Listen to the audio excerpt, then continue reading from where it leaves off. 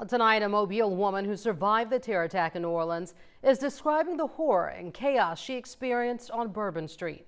Alexis Scott Wyndham was shot New Year's Day. The bullet is still lodged in the 23-year-old's foot. NBC 15's Andrea Ramey brings us her survival story. Alexis Scott Wyndham rang in the new year in New Orleans with 7 other friends from Mobile. The Blunt High School graduate says they were about to call it a night when Shamsuddin Jabbar barreled down Bourbon Street. We heard something go boom, boom, boom, and people were screaming, and I looked to the left, and a truck was coming down like the street, and he was halfway on the sidewalk too. He was just running people over like it was nothing. She says the truck the terrorist was driving hit her and knocked her to the ground.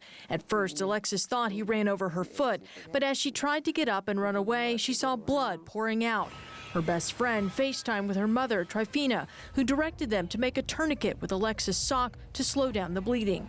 It was like a turn on switch. It's my baby. I gotta make sure she can be able to come home safe. Alexis said Good Samaritans then took her and her friend to the hospital. As she got up, that's when she began to understand the gravity of what happened.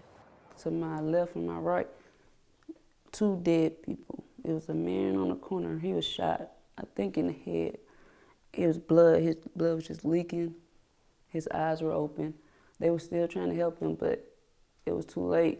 And the other person on the side, he was just laid down on the ground, flat. He was just down, he wasn't moving or nothing. Then as I looked down the street, it was just bodies everywhere. She says her friend, Brandon Whitsett, a Viger High School graduate, was also injured and is still in the hospital in New Orleans.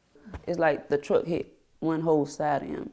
She says 2 of her other friends were also hurt, but not seriously. How can you do this to people? How could you do this? That's just something I couldn't really wrap my mind. I couldn't wrap my mind around it.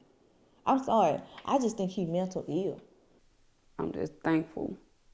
Like it could have been worse. Like when people was coming to the hospital, they were looking for their family members, and some of them weren't even there. They were dead. So they was just telling them like, sorry for your loss, and they would just bust out crying. So I couldn't do nothing but thank God that I only got shot in my foot.